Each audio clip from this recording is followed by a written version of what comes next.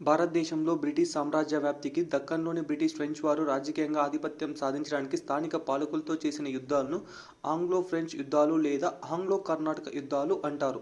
ఆంగ్లో-కర్ణాటక యుద్ధాలు ఏంటంటే 3 కర్ణాటక యుద్ధాలు జరిగాయి. 18వ శతాబ్దంలో మొఘల్ సామ్రాజ్యానికి బలహీనమైన చక్రవర్తులు పరిపాలించేవారు. ఉదాహరణకు రంగిలర్, మహ్మద్ షా. ఇలాంటి సమయంలో దక్కన్ సుబేదారిగా వచ్చింది నిజాం ఉల్ ముల్క్. కర్ణాటక సర్కార్ నేటి కర్ణాటకలోని కొంత భాగం, తమిళనాడు, మదురై, తిరుచిరపల్లి, కోరమండల్ తీరంలోని తమిళనాడులో కొంత భాగం.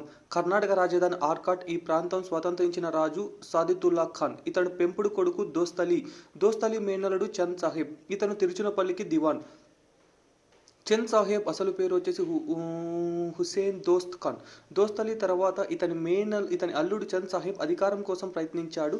అన్వరుద్దీన్ కుమారుడు మహ్మద్ అలీ.